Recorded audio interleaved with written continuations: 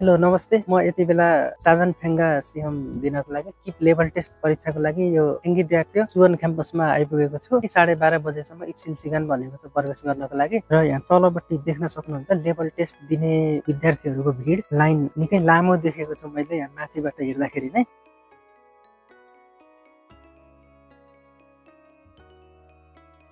ल है साथीहरू, फिल्गी सिएम र खुसुल सिएम लिखित र मौखिक दुवै परीक्षा सकेर म भर्खरै बाहिर निस्केको छु। अब के कस्ता प्रश्नहरू सोधिए त्यो सबै एक्सपिरियन्स अब सुनौ है त। ल अब साजन फेङ्गा सिहम परीक्षाको बारेमा विस्तृतमा कुरा गरौँ है त। कतिवटा प्रश्न सोधिन्छ, पास मार्क्स कति हुन्छ, कति अङ्क ल्याउँदा कुन लेभलमा नाम निस्किन्छ, भित्र परीक्षामा खुसुल सिएममा के सोधिँदो रहेछ, त्यहाँ इन्भाइरोमेन्ट कस्तो हुन्छ, सबै विषयमा म विस्तृतमा कुरा गर्दैछु है त। पहिला टाइमिङबाटै सुरु गरौँ। कोरियाभरि एउटै समयमा लेभल टेस्ट परीक्षा सबै सेन्टरमा सुरु हुन्छ, जसको लागि 12 बजेदेखि 12:30 बजेसम्मको लागि इन्ट्री टाइम भनेर राखेको हुन्छ, जुन टाइममा हामी परीक्षा हलभित्र प्रवेश गरिसक्नु पर्ने हुन्छ। र परीक्षा हलमा जाँदाखेरि हामीलाई प्रवेश पत्रहरू केही पनि चाहिँदैन, जस्ट आफ्नो आइडेन्टिटी भेरिफिकेसनको लागि यहाँको फरेन रेसिडेन्ट कार्ड बोकेर गयो भने हामीलाई त्यसै आधारमा हामी प्रवेश पाइन्छ। र परीक्षा हलभित्र हामी 12:30 बजेसम्म पुग्नुपर्छ। 12 बजेदेखि 12:30 को बिचमा चाहिँ इन्ट्री टाइममा हामी हलमा पुगिसकेपछि आधी घन्टा 1 बजेसम्म चाहिँ उनीहरूले प्रिपेरेसन गराउँछन्, एन्सर सिटहरू दिने, क्वेसनहरू दिने, अनि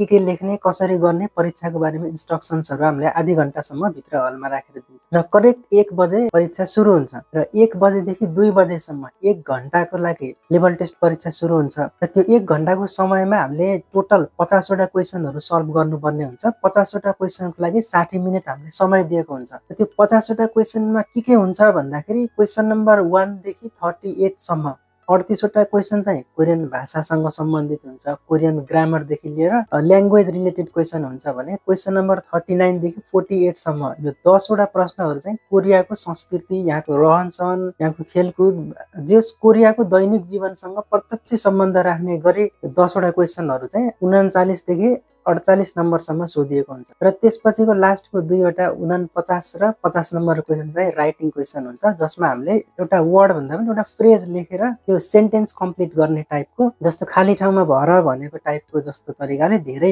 एक्सप्लेन गरेर टपिकमा जस्तो लेख्नु पर्दैन, वर्ड अथवा फ्रेज राखेर सेन्टेन्स कम्प्लिट गर्ने टाइपको गरेर यसरी 50 वटा क्वेसन हामीले 1 घन्टामा सल्भ गर्नुपर्ने हुन्छ। र सल्भ गर्दाखेरि टाइमिङ चाहिँ अलिकति सबै क्वेसनहरू सल्भ गर्छु लेभल 4 लेभल 5 को लागि टार्गेट गरेर जानेहरूको लागि चाहिँ टाइम म्यानेजमेन्ट गर्न अलिकति क्रिटिकल नै हुन्छ। त्यसको लागि एउटा के टेक्निक लगाउनु पर्छ भन्दाखेरि क्वेसन नम्बर जे होस् 1 देखि 20 सम्म चाहिँ इजी क्वेसनहरू हुन्छ। त्यस्तो क्वेसन्सहरूमा इच एन्ड एभ्री अप्सनहरू नपढेर, सबै मल्टिपल चोइसहरू नपढेर, अब त्यो लेभल 4-5 को लागि तयारी गर्नेहरूको लागि त नर्मल क्वेसनहरू सजिलो हुन्छ। त्यस एन्सर यो हो भन्ने थाहा भइसकेपछि तुरुन्तै त्यसमा चाहिँ सिलेक्ट गर्ने, त्यसमा गोलो लगाउने, अर्कोमा जम्प गर्ने, सबै अप्सनहरू पढ्दै चेक गर्दै टाइम चाहिँ सुरुबाट नै हामीले जति क्वेसन नम्बर 1 देखि क्वेसन नम्बर 25 सम्म हामीले जति टाइम सेभिङ गर्न सक्छौँ त्यो टाइमलाई हामीले पछाडिको लङ क्वेसन्सहरूमा युटिलाइज गर्न सकिन्छ। यसरी हाम्रो फिल्गी सिएम रिटर्न इक्जाम सकिन्छ 1 आवरमा। र रिटर्न इक्जाम सकिसकेपछि 1 बजेदेखि 2 बजेसम्म, 2 बजे रिटर्न इक्जाम सक्यो। इक्जाम सकिसकेपछि अब त्यहाँ एकछिनको लागि ब्रेक हुन्छ।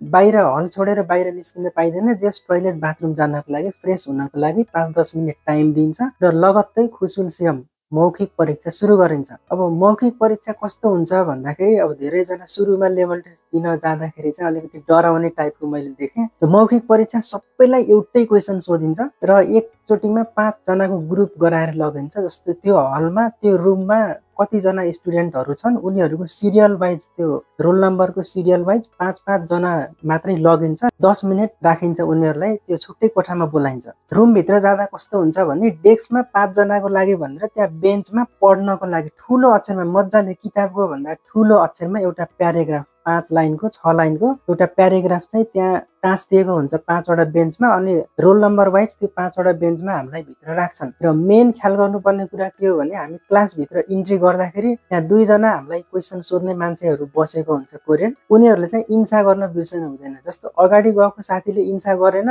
उनीहरूले पनि इन्सा खोज्दैनन् त्यहाँ। तर नखोजे पनि हामी मौखिक परीक्षा दिन जाँदैछौँ, कोरियाको कल्चर हो, त्यसमा पनि पोइन्ट राखेको हुन्छ। त्यसैले उनीहरूले इन्सा खोज्दैनन्। अगाडि जाने साथीहरूले थाहा नभएर गरेनन् भने पनि आफूले चाहिँ गर्नुपर्छ। फर्स्टमा रुममा छिर्दाखेरि नै इन्सा गरेर छिर्ने, अनि आफ्नो चाहिँ कुन बेन्चमा पर्छ रोल नम्बर वाइज जाँदा त्यो बेन्चमा बस्ने। त्यहाँ अगाडि चाहिँ टाँसिदिएको हुन्छ एउटा पेपर, अनि त्यो पेपरमा भएको कुराहरू सुरुमा पढ्न लगाउँछ। पढ्न पनि रोल नम्बर वाइज पढ्न लगाउँछ, एउटा एउटा सेन्टेन्स सबैलाई पालै पालो पढ्न लगाउँछ र अगाडिको साथीले पढ्दै गर्दाखेरि उसले के पढिराखेको छ, उसले पढेर कहाँसम्म भ्यायो भनेर आफू चाहिँ अलर्ट भएर बस्नुपर्छ, किनकि आफ्नो पालो आउँदाखेरि अघिल्लो साथीले जहाँबाट स्टप गरेको छ त्यहीबाट आफूले सुरु गर्नुपर्ने हुन्छ। त्यही भएर त्यो चाहिँ अघिल्लो साथीले के पढ्दैछ भन्ने कुरा आफूले पनि हेरेर बस्नु पर्यो। आफूले जति सकिन्छ त्यो अनुसार मजाले फ्लुएन्ट तरिकाले त्यो सेन्टेन्स चाहिँ पढ्नु पर्यो। सेन्टेन्स पढिसकेपछि अब यो मौखिक परीक्षामा चाहिँ 5 वटा प्रश्न सोधिन्छ।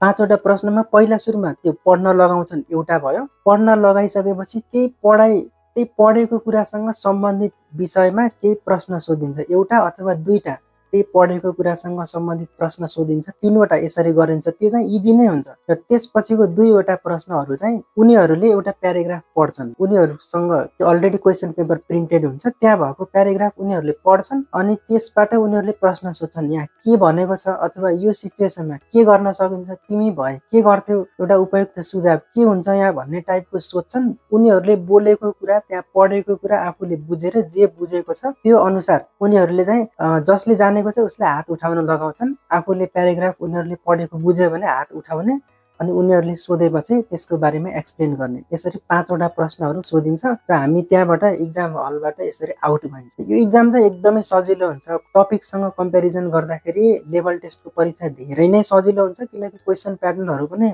एक त इक्जाम टाइमै थोरै हुन्छ। टपिकको 3 घण्टा टाइम लाग्छ भने यसको 1 घण्टामा कम्प्लिट हुन्छ। अब पूर्णाङ्कको कुरा गरौँ, कति पूर्णाङ्क हुन्छ भन्दाखेरि 50 वटा क्वेसनको हामीले रिटर्न इक्जाम दिन्छौँ, जसको 1.5 मार्क्स हुन्छ एउटा क्वेसन भने 50 वटा क्वेसनको टोटल 75 मार्क्स भयो। 75 को हामीले रिटर्न इक्जाम दिन्छौँ। मौखिक परीक्षामा चाहिँ 5 वटा प्रश्न सोधिन्छ, प्रत्येकको 5 अङ्क हुन्छ। यसरी गर्दा यो 25 अङ्कको मौखिक प्लस 75 अङ्कको लिखित गरेर टोटल 100 अङ्क भयो। अब 100 मा हामीले जति अङ्क ल्याउँछौँ त्यो अनुसार हाम्रो लेभल छुट्टिन्छ। जस्तै 1 देखि 20 सम्म ल्याउनेहरू 1 लाई त फेल मानिन्छ नियम अनुसार जाँदाखेरि, किनकि 3 भन्दा कम ल्याएकोलाई चाहिँ काउन्ट गरिँदैन लेभलमा। 3 नम्बरदेखि 20 नम्बरसम्म ल्यायो भने लेभल 1, 20 कटायो भने चाहिँ लेभल 2 भयो। 20 चाहिँ लेभल 1 मा पर्यो। 21 देखि 40 सम्म लेभल 2, 41 देखि 60 सम्म लेभल 3, 61 देखि 80 सम्म लेभल 4 र 81 देखि 100 सम्म ल्यायो भने चाहिँ लेभल 5 मा नाम निस्किन्छ। यसरी चाहिँ लेभल छुट्याएको हुन्छ 20 अङ्क गरेर। 20, 40, 60, 80 यो कटायो भने चाहिँ एक स्टेप अगाडि गयो र जुन लेभलमा नाम निस्किन्छ त्यसमा हामीले क्लास सिन्छाङ गरेर फेरि क्लास आफ्नो जति घण्टाको क्लास कम्प्लिट गर्नुपर्ने छ त्यति घण्टाको क्लास कम्प्लिट गरेर इक्जाम फेस गरिसकेपछि हामी त्यो लेभल चाहिँ सेक्युर भयो। यसरी लेभल टेस्ट इक्जामको चाहिँ मेरो एक्सपिरियन्स चाहिँ यही नै रह्यो। एकदमै सजिलो हुन्छ, रमाइलो पनि हुन्छ, साथीहरू पनि त्यहाँ हुन्छन्, त्यसैले केही पनि गाह्रो चाहिँ हुँदैन। यदि हजुरहरूलाई कोरियन भाषासँग सम्बन्धित अथवा टपिक, लेभल टेस्टसँग सम्बन्धित अथवा स्टुडेन्ट भिजा अथवा कोरियाको बारेमा केही पनि कुराहरू सोध्नु छ, नेपालबाट हेरिराख्नु भएको छ अथवा कोरियामै हुनुहुन्छ, केही कुराहरू क्वेरिजहरू छ भने कमेन्ट बक्समा लेख्नु होला, म पक्कै पनि त्यसको एन्सर दिनेछु। मलाई फेसबुकमा फलो गर्नु होला र मैले अन्य भिडियोहरूको लिङ्क पनि डिस्क्रिप्सनमा राखिदिएको छु, हेर्नु होला, सेयर गर्नु होला, भिडियोलाई लाइक गर्नु होला। हस्त, धन्यवाद।